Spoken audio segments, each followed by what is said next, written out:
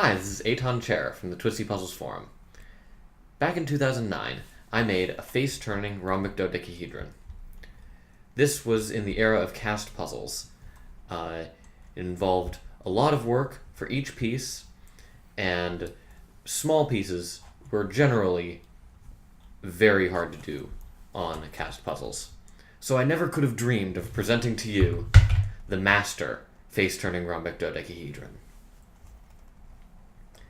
This puzzle turns on 2 layers parallel to each of the 12 faces,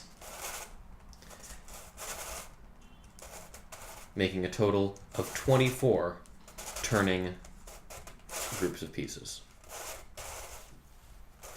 The puzzle has 303 parts, and it turns like a dream.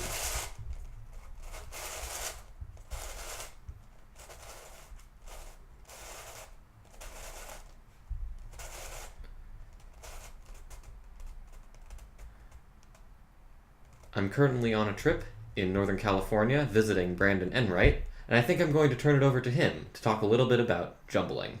Thank you, Aton. I'd first like to start by describing the jumbling of a helicopter cube, because I think it will be very illustrative for how the jumbling on an FTRD, or even better yet, the master FTRD works.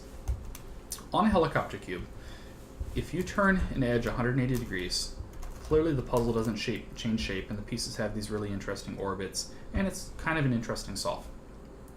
But, as everyone now knows, that if you turn an edge partially, it enables another edge to be able to turn, and the puzzle changes shape in these really, really strange ways, and this has been termed jumbling. There are some technical mathematical things about it that I'm going to skip over here. So the question really is, what is special about this angle, and why does this occur? And the easiest way to answer that is to look at the geometry of this puzzle in its natural form. So, this is a cube, it has 12 edges, and the geometry of the edges form what's known as a rhombic dodecahedron. So this is a rhombic dodecahedron where it has rhombic faces, they're rhombuses, and it's a dodecahedron because there's 12, just like there's 12 edges. And each face on the rhombic dodecahedron corresponds to an edge on the helicopter cube.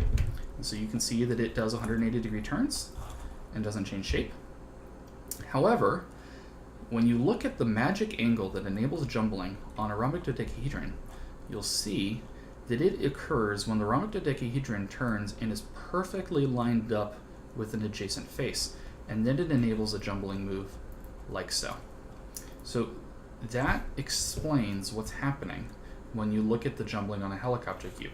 What you're really dealing with is rhombic dodecahedral geometry, and when the cutting planes line up in such a way where the imaginary rhombic faces are flush, then additional jumbling moves are enabled.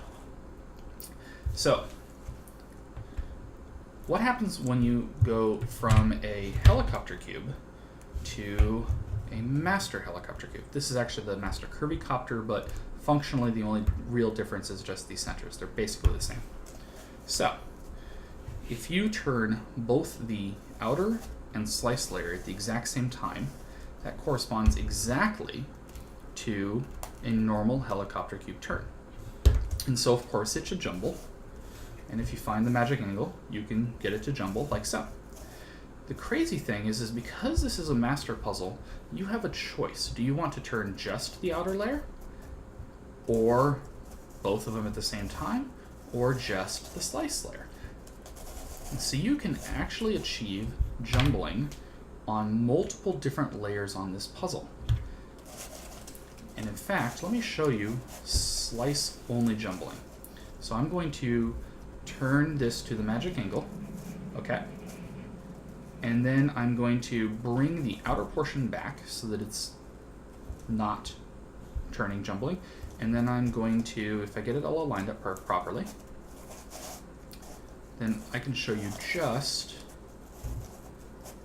the slice only jumbling, and pieces change and jut out of the puzzle and change shape really, really, really interestingly. And in fact, there's a little bit of overhang bandaging. The nearly exact same thing happens on the FTRD but it looks a lot more natural. On the FTRD, Master FTRD. Yeah, thank you, Aton. On the Master FTRD, when you turn a outer face or the slice such that it is flush with the other face, then the magic angle is perfectly aligned and you're able to do jumbling moves. You, of course, because it's a master puzzle, you have the choice of doing it on both layers or just one layer or any combination of the layers. And so you can jumble both the slice and the outer portion like so.